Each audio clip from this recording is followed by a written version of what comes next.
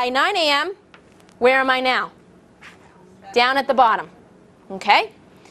So at 9 a.m., what am I doing? Bagel and coffee or reaching for the vending machine, right? So then what just happened now? I'm up again. Noontime comes around. Perfect. I ate a sandwich, right? I ate a sandwich with tomato and mozzarella. That was it. But I thought I was doing good, but that's what I ate. So my cycle is now become this up and down. What do you think this does to your hormonal response? Throws it off. Throws it off. So you started your body at a sprint, you kept feeding the sprint, and what do you think my adrenal glands, my stress hormone looks like at the end of this day? Oh, and by the way, now I'm on this carb thing, so I had to take a nap at 3 p.m. because I was tired. And then I woke up, but now I can't sleep. So now it's 9 o'clock at night, and what am I reaching for? Gallon ice cream, right? So what's happening at my nighttime, what's really critical to my hormones? I'm resetting my whole hormonal process because I don't need to digest food. I just need to reset my hormones. But I'm not resetting if my day looks like this. So what do I need to do?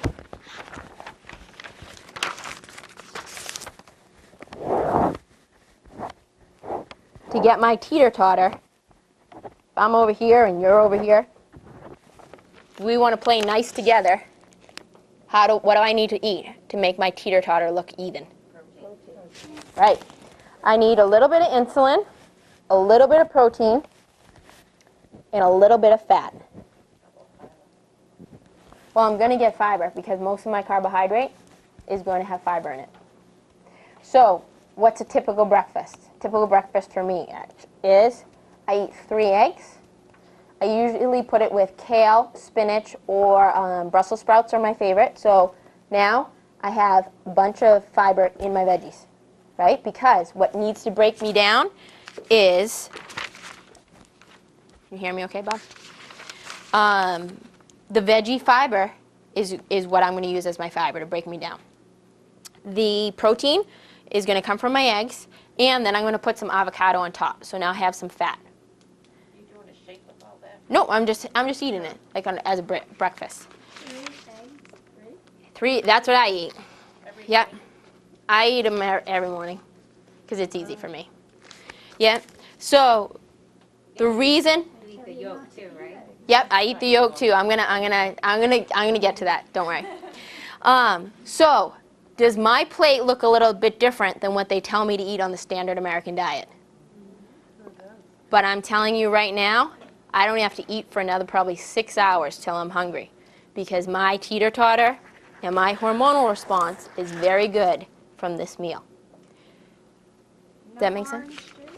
No orange juice. Because like I said, when they take the fiber out of stuff, they either add sugar or it becomes sugar. So when you're drinking the juice with no fiber in it, you're basically sending your insulin through the roof. How about a regular orange? Regular orange, no problem. It's a perfect food. So that's what I'm going to teach now, which is the closer you get to natural foods, the better you are going to be. I talked about this at my senior talk the other day too. I showed a picture of Rosie the Riveter, and I said, this is where our food supplies started to go wrong. Because let's think about it. What happened when Rosie the Riveter, who knows what Rosie the Riveter is? Right? She was the World War II icon. She had a muscle like this. It's a very classic sign. You can Google it. And she had a bandana, and it was when it became okay for women to come into the workforce. And the workforce at that point was factories, assembly lines, right? My favorite one, assembly line ever, Lucille Ball. Have you ever seen? She got her first job, and she was eating the chocolates, all right? So the reality is that men were at the war, so women went into the workplace, and we started being able to preserve food, partly because we needed to get it to the men in the war, because we couldn't control that. So factories and assembly lines became this huge thing. Well, when this happened, we started altering food supply, because this is the thing. I couldn't milk as many cows as I could if I was putting Crisco in a jar on the assembly line. Does that make sense? So we started adding all these fake foods to our food supply. Then in the 70s, we added two things that completely changed the landscape. High fructose corn syrup, right? And artificial sweeteners. That was it. So the 50s, we start to see packaged grains, man-made fats. Then in the 70s, we see the artificial sweeteners come in, right? We start to really see the results of our problems really in the 90s, where we start to now see this link between chronic disease and our food supply. Average food supply today, your average strawberry bought at your grocery store, 3,000 miles. Guess how many tanks of gas it takes to get 3,000 miles? Right? So we're destroying, with our food choices, our planet by not being more educated of where it's coming from. Any questions on the teeter-totter? Yeah, I have one. Yeah. For a good fat, what would you? I'm going to get to that. Okay. Yep. And then this is my my absolute favorite one that we love. Tori and I love to do this with patients when we work with them one-on-one. Teach them what we call the carbohydrate curve. All right, so now that you understand what's going on in the body from the insulin perspective, you'll see down here this really slow one, 50, 100, 150, 200, 250, 300, 300 plus. That's indicating grams of carbohydrate in the diet. So if you are in the cancer ward, they are now doing this a lot. You are put on 50 grams or less a day of carbohydrate because they need to put your body into a fat-burning mechanism because cancer feeds on sugar. So they put you on 50 grams or less, including one of the, we just had a patient actually that had a heart attack. And he came out and he came to me. He's like, after I got out of the hospital, I had really bad gout. And he's like, could they have given me something that would have created the gout? And I go, yep. It's called your IV. Because what do they put in your IV? Glucose. Because what's the #1 fuel of the heart? Glucose, because it's easy energy, right? But your body can make glucose, but they still give it to you just to regulate you. I was like, Paul, you can't eat sugar. You need to drink more water for at least 7 to 10 days. He was on day 3, and he called me up, and he was like, it's gone. And I was like, that's how fast his body could respond. But I was so certain, because I had another patient that had gone through the same thing, that left with the gout because of excess sugar he wasn't used to, that they were just pouring into him in his IV. So 50 or less is reversing a chronic disease, is what I say. 50 to 100 is where you want to be for weight loss. Now, 100 grams or less of carbohydrate a day. What does that look like? Anybody know? How many people know how many grams of carbohydrate are in a bagel? 80 to 90. Yep. And I'm talking like a bagel from like Dunkin' Donuts or whatever. Some of the other ones, the packaging is a little bit better in terms of like the ones you buy. Yeah, in there, and it's basically because of the size. But in America, by breakfast, most people are over 100 grams of carbohydrate. Okay? 100 to 150 is you're starting the other way of the scale. Now you're starting to go in storage. Okay? Insidious weight gain, 150 to 300. So, a couple of things that I do with patients. When we start with patients, we do a review of their food journal. Tori and I start really slowly because we know if we give you a lot, you won't stick to it. We need to give you one thing. So we pick the biggest battle we can on our first visit. On our second visit, it's very common too. People will get an immediate result and then they have a check-in and they're like, oh yeah, but you know, it's not coming off as fast as it was at the beginning. So we have to re-educate them, and what we re-educate them with is this carbohydrate curve. And we take the food journal that they gave us and we enter it into a system that feeds us back their nutrient ratios, right? How much protein, how much carbohydrate, how much fat are they getting, okay? Every single time we do this, we don't have to go any farther because everybody's at about 150 to 200 in carbohydrate, and wondering why it's stalled. 300 plus is your danger zone. Let me tell you what a 300 plus day looks like. The day I described.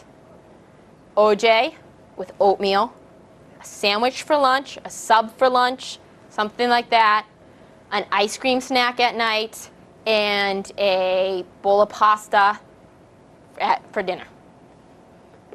Sounds pretty familiar, doesn't it? For a lot of people. You just ruined my day. I just ruined your day. Every day. So, what do I eat? I love this. Eat less crap. Carbonated drinks, refined sugars, artificial sweeteners, processed foods. If I could pick one thing that would change your health, artificial sweeteners is my pick. A lot of people are saying, really? Yes. Proven to create brain cancer in rats. They can do it very quickly. They can set diabetes off in a rat very quickly just with artificial sweeteners. Why? Is your body smart or stupid? Right? So if your body's smart, same thing. You're giving it food, but it's not registering nutrients. So it's storing it in other places. It's not responding, no hormonal response is coming. It starts storing it in porous tissues. Artificial sweeteners are one of the biggest detriments to weight loss efforts. I have so many stories.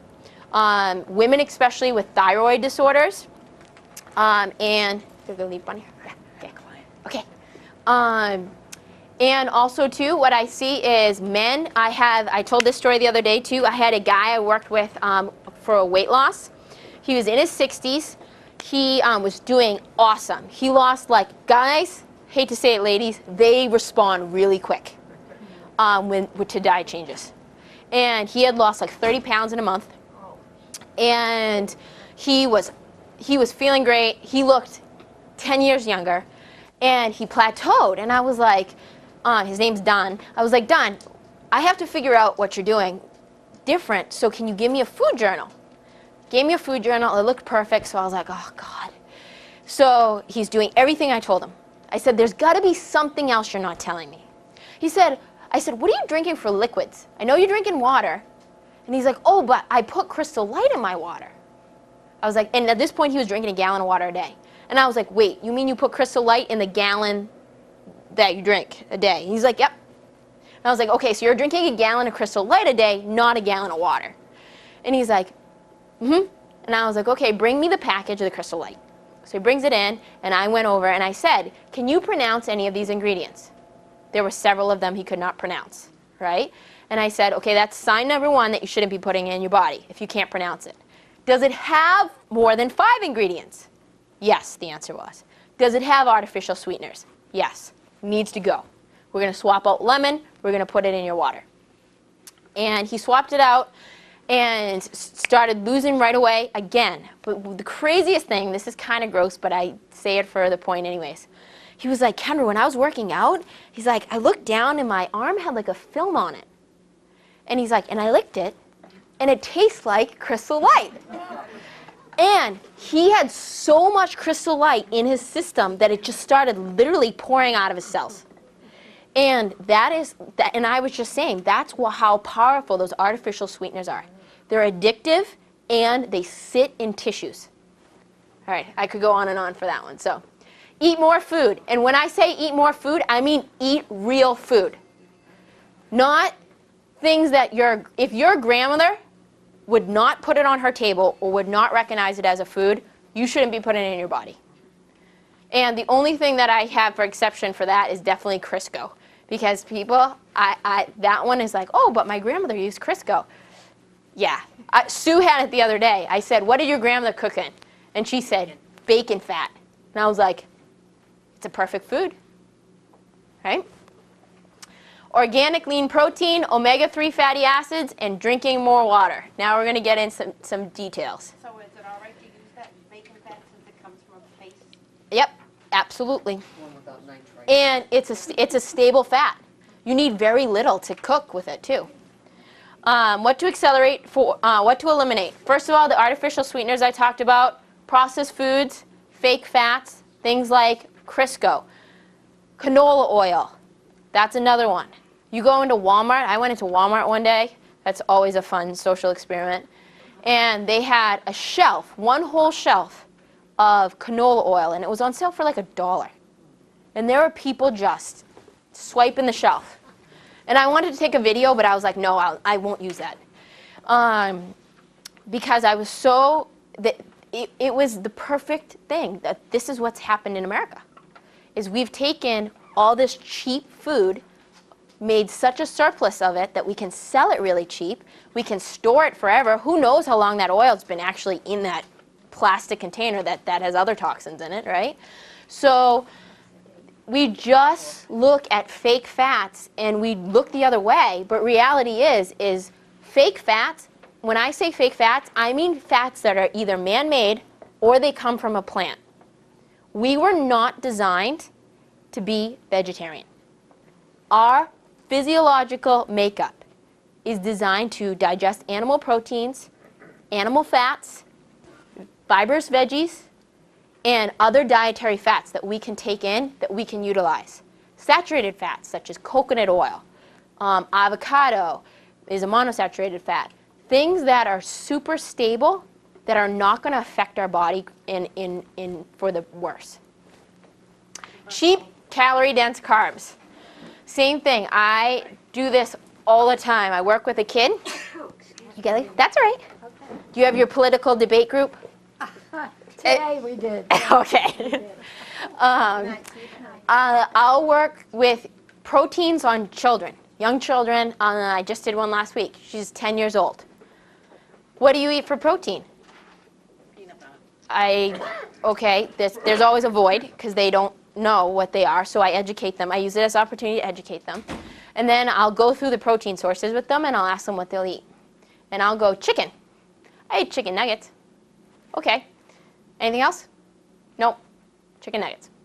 Average child, chicken nuggets, macaroni and cheese, pizza. Right? And where are we seeing the growth of the pattern with the kids in schools today? ADHD, ADD, people that are very, very intelligent but can't sit still because of the food that they're putting in their body. And there's no connection. Stimulants that overwork the system. Stimulants like, I'm a coffee drinker. I love coffee, but for every cup of coffee I drink a glass of water. Stimulants such as alcohol. How many of you can drink a bunch of alcohol before you go to bed and get a good night's sleep? Not many, except for Susan. I find it usually helps me. You're the exception to the rule. So what does our new food pyramid look like? You'll see the base here is meat, fish, fowl, and eggs. Your second category is going to be vegetables. That's where I'm going to get my fiber. A lot of people will tell me, I don't get that much fiber from veggies, do I? Yes, and it's a perfect food because you're getting fiber and other nutrients, calcium, magnesium, base minerals.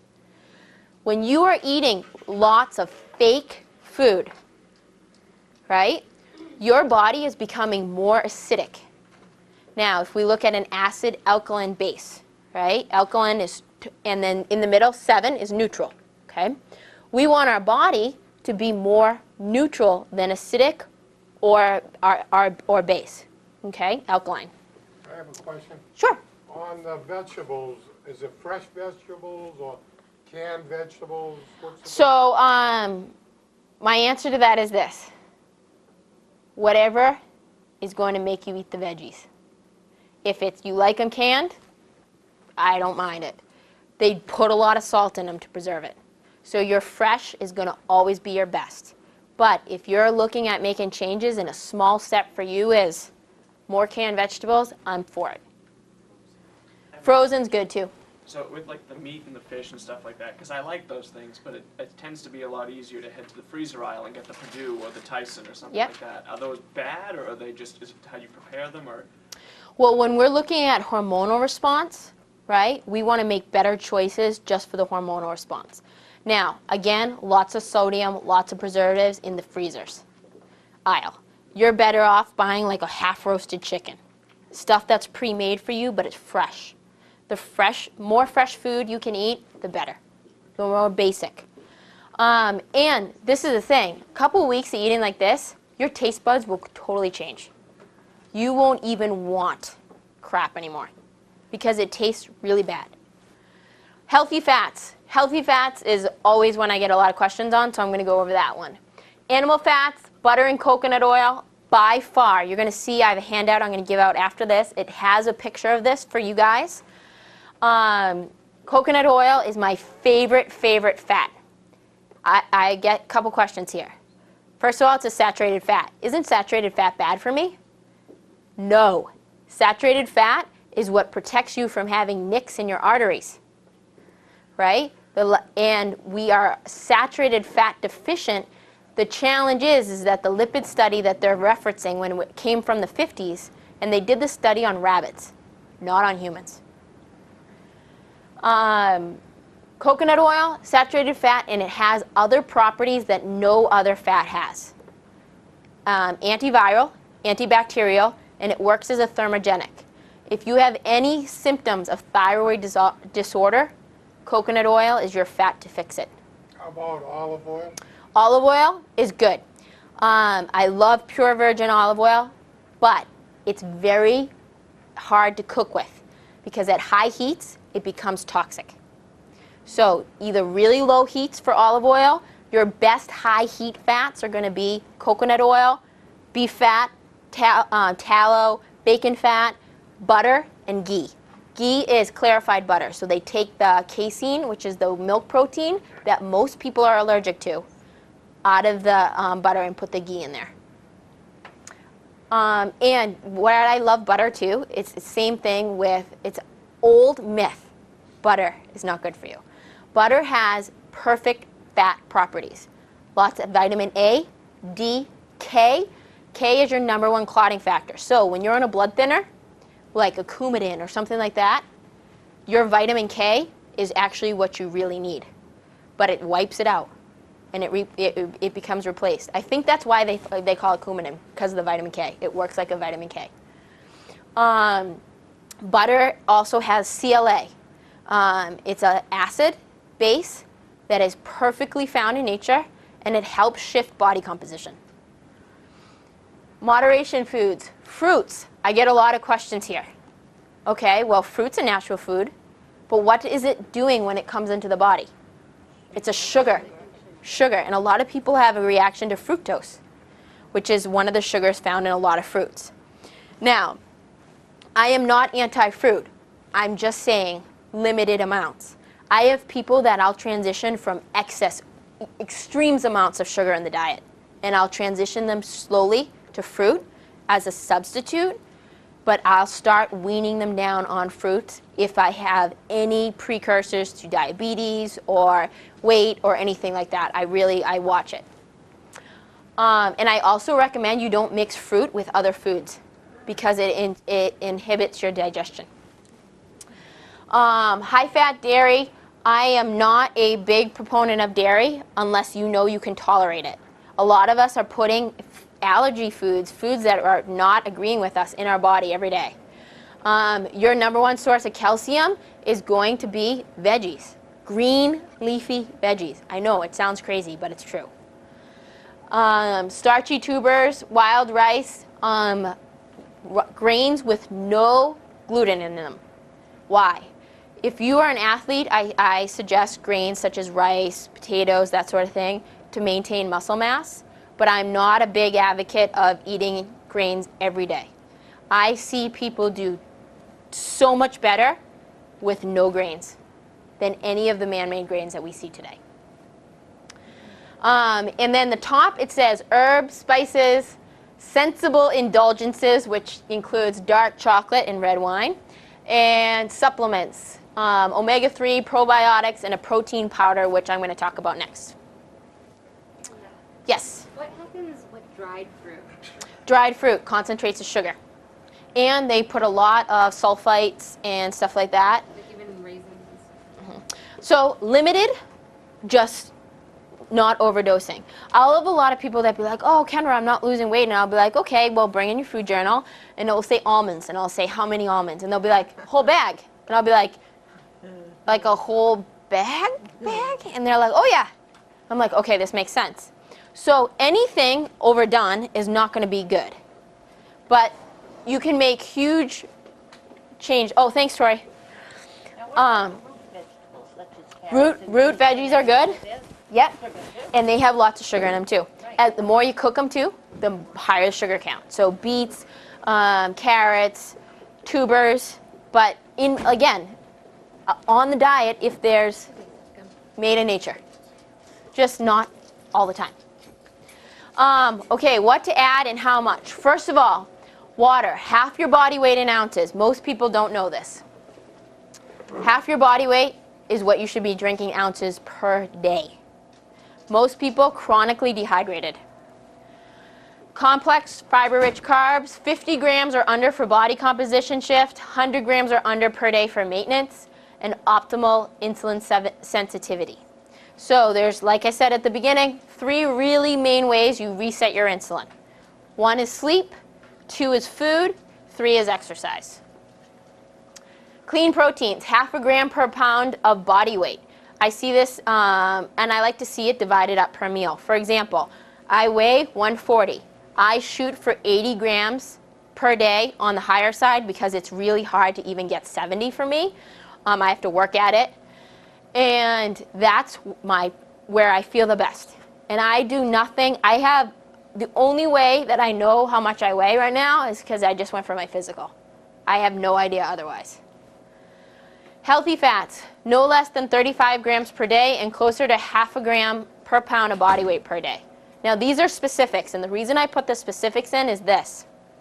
Lots of people ask me these questions in private. What do you mean? How much is too much fat? How much fat should I be eating? How much carbohydrate? The average American is getting 20 grams or less of healthy fats into their diet. And that's why we're seeing antidepressant meds, anti-anxiety meds, brain fog, postpartum depression. A lot of that stuff is connected to lack of fats in the diet. Top 10 superfoods, spices, and supplements for the bonus points, and that is going to be in the handout. So I'll go over the handout too. You can pass them around. So what's your plate look like now? This is what your plate looks like. I removed the grains and the dairy. Fruits and veggies, a little bit of fat in the middle, and protein. That's what's going to give me a balanced teeter-totter all the time.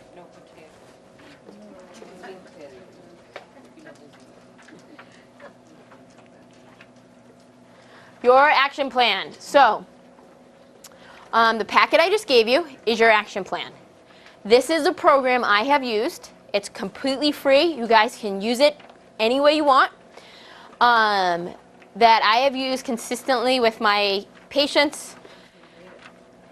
And you can follow it on your own. It's 21 days. Now, why is it 21 days? Because I know that 21 days, number 1, can change a habit. Number 2, it's where I see the most results, sticking to it for 3 weeks.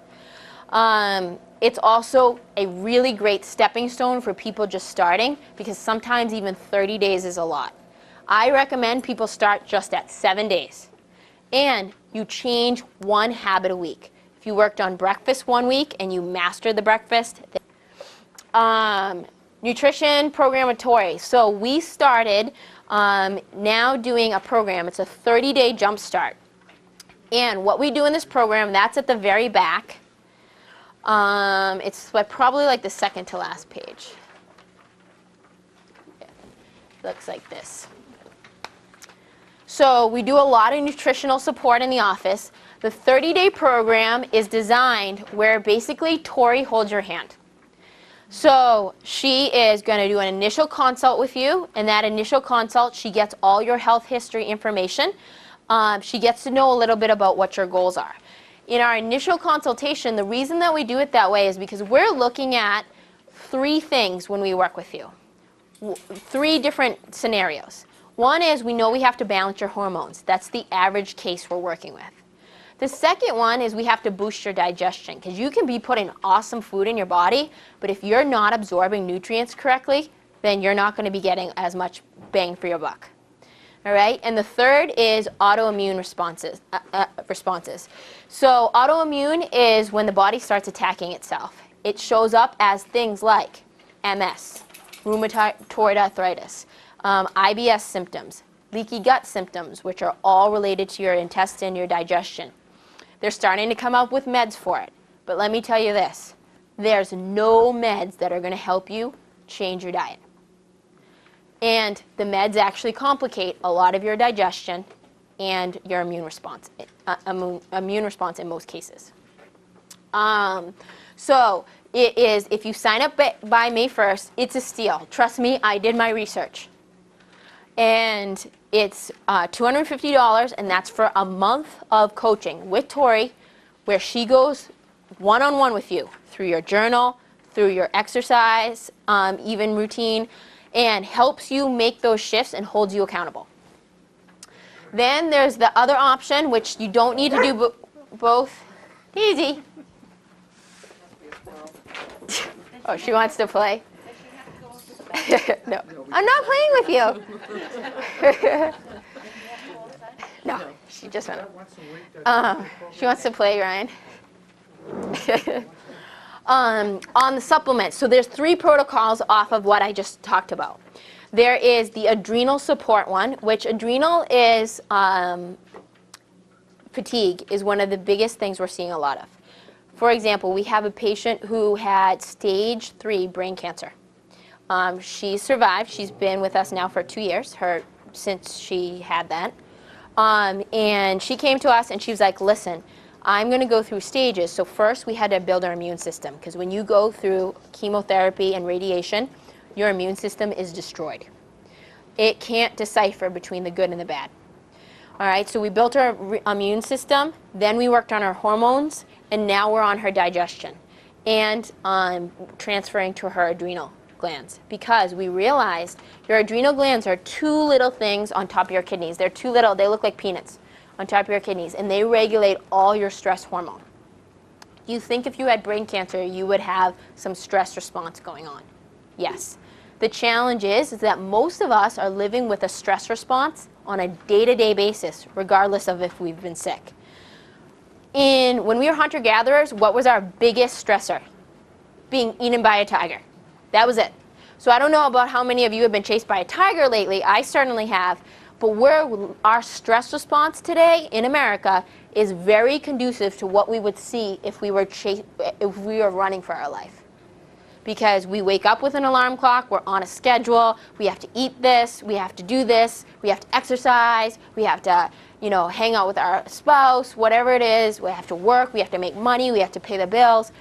There's so many things that have elevated our stress response. So adrenals is one of the things that we just see totally shot on people. And we have to start there in a lot of cases to help them rebuild that stress response before we can even make some better changes for their health. The other one is the gut flora one. The gut health one is huge. People's digestion, because of the fake foods we're eating these days, is very compromised. So the digestive one is to really support your gut health as well as your immune system. Most of your immune system resides in your gut. 90% of your serotonin, which is your feel-good, feel-mood chemical, actually lives in your gut, not in your brain, besides what most people would teach. And then the third one, which is the one that most people I'm sure here tonight would be interested in, is the hormonal response weight loss. So it starts with and let me say this too, I am not a huge fan of excess supplementation.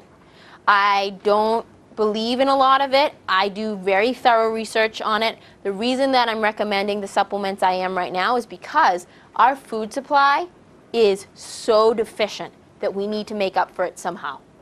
So the 7-day cleanse, which is it's a bottle of pills, what you do with it is you take them and it starts processing your blood, your lymph, starts taking stuff out of your blood, your lymph, cleansing your liver, which is the #1 organ that needs to be cleansed in most cases, especially with any medical, antibiotic, or pharmaceutical med use. And it also cleanses the kidneys. It fills you up, and it makes you go to the bathroom regularly. Especially, that's a common thing we see a lot of now, is people with totally irregular bowel movement. Not something I know anybody wants to talk about, but it's really critical to your health.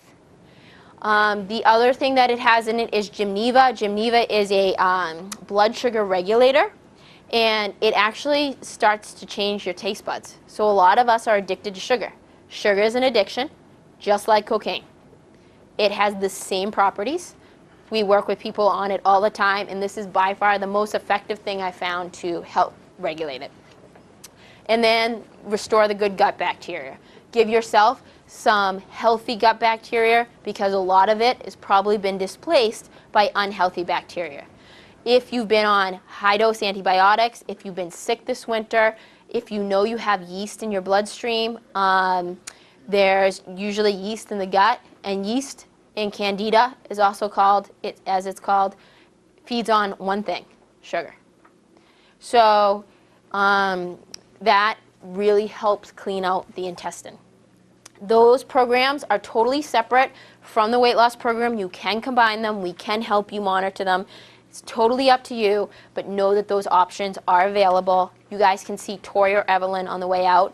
And if you, when you took the toxicity test, if you really scored high on those, I really encourage you to do the cleanse ones, because that will help start getting everything moving in the right direction.